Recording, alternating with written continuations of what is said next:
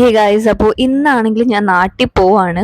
ഇതിപ്പോൾ ഫ്രൈഡേ രാവിലെയാണ് ഞങ്ങൾ നാട്ടിൽ പോകുന്നത്. അപ്പോൾ രാവിലെ ഇറങ്ങിയത് കൊണ്ട് തന്നെ ഒന്നും കഴിച്ചിട്ടുണ്ടായിരുന്നില്ല. അപ്പോൾ ഫുഡ് കഴിക്കാൻ വേണ്ടിയിട്ട് ഞങ്ങൾ സായി ശരവണയിൽ നിർത്തിയിട്ടുണ്ടായിരുന്നു. എന്നിട്ട് അവിടുന്ന് അടിപൊളി ഒരു നെയ് റോസ്റ്റ് കഴിച്ചിട്ടുണ്ടായിരുന്നു.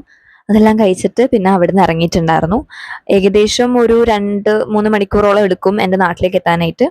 പിന്നെ അവിടെ എത്തി കുറച്ച് കഴിഞ്ഞ ശേഷം തന്നെ ഞാൻ പഠിക്കാനായിട്ട് നിന്നിട്ടുണ്ടായിരുന്നു. കാരണം എന്താണെന്ന് വെച്ചാൽ എനിക്ക് എക്സാം ആണ്, അതും റീടെസ്റ്റ് ആണ്. അക്കൗണ്ടൻസിൽ റീടെസ്റ്റ് എനിക്ക് എഴുതാനുണ്ട്. കാരണം ഞാൻ അക്കൗണ്ടൻസിൽ എക്സാം എഴുതിയിട്ടില്ല. അപ്പൊ പഠിക്കാനായിട്ട് എനിക്ക് അത്യാവശ്യം കുറെ ഉണ്ടായിരുന്നു. പിന്നെ ഇവിടെ കസിൻസ് എല്ലാവരും ഇരുന്നിട്ട് കളിക്കുകയും ചിരിക്കുകയൊക്കെ ചെയ്യുമ്പോൾ ഞാൻ മാത്രം മാറി ഇരുന്ന് പഠിക്കണം എന്ന് ആലോചിക്കുമ്പോൾ എനിക്ക് കുറച്ച് സങ്കടമൊക്കെ വരുന്നുണ്ട്. പക്ഷെ എന്നാൽ പോലും എക്സാം ഹാളിൽ ഇരുന്നിട്ട് കുറ്റബോധം അടിക്കുന്നതിനെക്കാട്ടും വേദം റിഗ്രറ്റ് അടിക്കുന്നതിനെക്കാട്ടും വേദം ഇരുന്ന് പഠിക്കുന്നതാണല്ലോ എന്ന് ആലോചിച്ചിട്ട് ഞാൻ കുറച്ച് നേരം ഇരുന്ന് പഠിച്ചിട്ടുണ്ടായിരുന്നു. ഞാനാണെങ്കിൽ വന്ന ദിവസം, അതായത് നാട്ടിലേക്ക് വന്ന ദിവസം മാത്രമാണ് മെറ്റിക്കൊന്ന് പഠിച്ചിട്ടുണ്ടായിരുന്നത്. പിറ്റേ ദിവസം സാറ്റർഡേ ആയിരുന്നു. സാറ്റർഡേ ഞാൻ ബുക്ക് തുറന്നിട്ടുണ്ടായിരുന്നില്ല.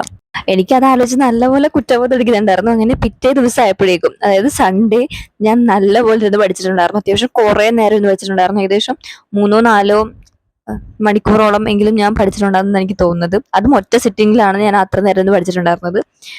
ഒരു ബ്രേക്ക് പോലും എടുക്കാണ്ടാണ് അത്ര നേരം ഞാൻ പഠിച്ചിട്ടുണ്ടായിരുന്നത്. അതല്ലാണ്ടും ഞാൻ പഠിക്കുന്നുണ്ടായിരുന്നു. ഒരു ബ്രേക്ക് പോലും ഇല്ലാണ്ട് പഠിച്ചത് അത്രയും നേരമാണ് ഞാൻ പഠിച്ചിട്ടുണ്ടായിരുന്നത്. ഒരു 3-4 മണിക്കൂർ ബ്രേക്ക് ഒന്നും ഇല്ലാണ്ട് ഇരുന്ന് പഠിച്ചു. അങ്ങനെ എനിക്കായിരിക്കുന്നതിന് മുമ്പേ സമയം നോക്കി പഠിച്ചു കഴിഞ്ഞതിന് ശേഷം ഒരു ബ്രേക്ക് എടുക്കാമെന്ന് വിചാരിച്ചിട്ട് സമയം നോക്കിയപ്പോഴും അത്രയും ലേറ്റ് ആയി നടന്നത്. കാരണം എന്നെ ആ സമയത്ത് ഞാൻ പഠിക്കാതിരിക്കാന്ന് കണ്ടിട്ട് എന്നെ ഒരാൾ പോലും ശല്യപ്പെടുത്താൻ വന്നിട്ടുണ്ടായിരുന്നില്ല. ആരും വന്നിട്ടുണ്ടായിരുന്നില്ല. അപ്പൊ ഞാൻ ഒരു മുറിയിലിരുന്ന് പഠിക്കുകയാണ്. എൻ്റെ കയ്യിൽ വേറെ സംഭവങ്ങളൊന്നും ഉണ്ടായിരുന്നില്ല. അപ്പോ ഒരു കുഴപ്പമുണ്ടായിരുന്നില്ല. അങ്ങനെ നല്ല സ്മൂത്ത് ആയിട്ടൊന്ന് പഠിക്കാൻ പറ്റുന്നുണ്ടായിരുന്നു. ഒരു കുഴപ്പമുണ്ടായിരുന്നില്ല. ഞാൻ ആദ്യമായിട്ട് ഇത്ര നേരം ഇതൊക്കെ ഇങ്ങനെ ബ്രേക്ക് എടുക്കാണ്ട് ഇത്ര നേരം പഠിക്കുന്നത് ഫസ്റ്റ് ടൈമാണ്.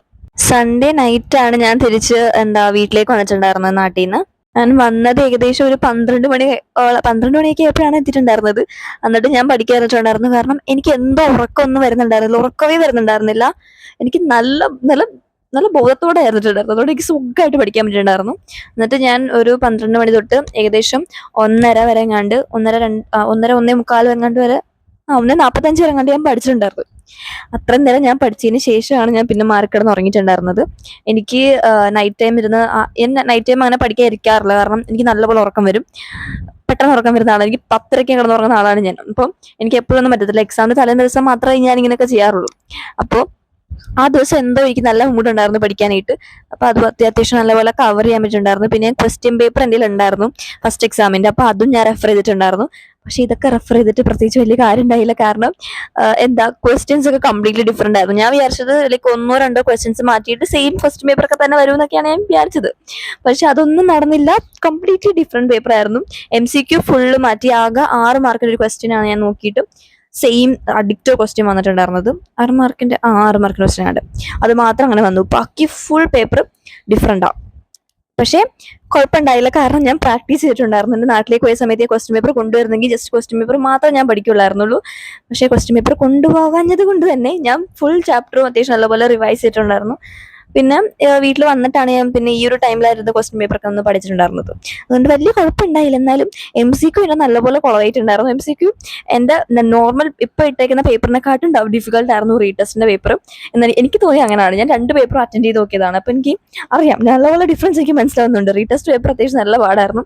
നല്ലപോലെ ടൈം എടുത്തിട്ടുണ്ടായിരുന്നു. എനിക്ക് എക്സ്ട്രാ ടൈം കിട്ടി. റീടെസ്റ്റ് ആയതുകൊണ്ട് തന്നെ എനിക്ക് എക്സ്ട്രാ ടൈം കിട്ടി. അങ്ങനെയാണ് ഞാൻ കംപ്ലീറ്റ് ചെയ്തത്. അല്ലെങ്കിൽ നോർമൽ ടൈമിംഗ് ആണെങ്കിൽ എനിക്ക് കംപ്ലീറ്റ് ചെയ്യാൻ പറ്റില്ല. പ്രത്യേകിച്ച് 6 മാർക്കിന് ക്വസ്റ്റ്യൻ 2 ഞാൻ വിട്ടിട്ട് വന്നേനെ. അത് രണ്ടും ഞാൻ ലാസ്റ്റത്തെ 30 മിനിറ്റ്സ് എനിക്ക് കിട്ടിയ സമയത്ത് ഇരുന്ന് കംപ്ലീറ്റ് ചെയ്തതാണ്. അല്ലെങ്കിൽ എനിക്കത് ചെയ്യാൻ പറ്റില്ലായിരുന്നു. ഓവറോൾ പേപ്പർ അത്രയ്ക്ക് നല്ലതെന്ന് പറയാൻ പറ്റില്ല, അത്രയ്ക്ക് മോശമെന്ന് പറയാൻ പറ്റില്ല. ഒരു മീഡിയം ലെവൽ എന്നൊക്കെ വേണമെങ്കിൽ പറയാം. MCQ എനിക്ക് ഒട്ടും ഇഷ്ടപ്പെട്ടില്ല. ഞാൻ ഫസ്റ്റ് സ്റ്റാർട്ടിങ്ങിൽ MCQ വെച്ചാണ് തുടങ്ങിയിട്ടുണ്ടായിരുന്നത്. അത് ഷോക്കായപ്പോൾ തന്നെ എൻ്റെ ഫുൾ മൂഡ് പോയി. പക്ഷെ എങ്ങനെയൊക്കെയോ ബാക്കി കൂടെ അങ്ങോട്ട് എഴുതി തീർത്തിട്ടുണ്ടായിരുന്നു. എനിക്ക് ഭയങ്കര മോശപ്പെട്ട, ഞാൻ എഴുതിയാൽ വെച്ചിട്ട് വേസ്റ്റ് MCQ എനിക്ക് തോന്നിപ്പോയി. എന്തോ എനിക്ക് അങ്ങോട്ട് ശരിയാവുന്നേ ഉണ്ടായിരുന്നില്ല. എനിക്കറിയാം ഞാൻ എഴുതാൻ പോകുന്ന പൊട്ട തെറ്റാന്ന്. പക്ഷെ എന്തൊക്കെയോ എഴുതിയിട്ടുണ്ട്. പക്ഷെ 1 മാർക്കേ പോവുള്ളൂ എന്നുള്ള ഒരു വിശ്വാസത്തിൽ ഞാൻ അങ്ങോട്ട് ബാക്കിയുള്ള ക്വസ്റ്റ്യൻസും കൂടെ കംപ്ലീറ്റ് ചെയ്തിട്ടുണ്ടായിരുന്നു. പിന്നെ ഈ 3 മാർക്കിന് 4 മാർക്കിന്റെ ക്വസ്റ്റ്യൻസ് ഒക്കെ കുഴപ്പമുണ്ടായില്ല. പ്രത്യേകിച്ച് 6 മാർക്കിന്റെ ക്വസ്റ്റ്യൻ ഭയങ്കര എളുപ്പമായിരുന്നു. എനിക്ക് അറിയാവുന്ന കാര്യം ആയതുകൊണ്ട് തന്നെ എഴുതാൻ പറ്റിയിട്ടുണ്ടായിരുന്നു. ആ 6 മാർക്കിന്റെ ക്വസ്റ്റ്യൻ ഉണ്ട്. അപ്പൊ എന്റെ മനസ്സിൽ എനിക്ക് ഒരു 10 മാർക്ക് അതിന് കിട്ടും. 12ൽ ഒരു 10 മാർക്ക് കിട്ടുമെന്നാണ് എന്റെ പ്രതീക്ഷ. ബാക്കി എവിടേക്കാ മാർക്ക് കിട്ടാമെന്ന് എനിക്ക് അറിയാൻ പാടില്ല. അപ്പോൾ മാത്രമുള്ള video. Thanks for watching. Bye bye.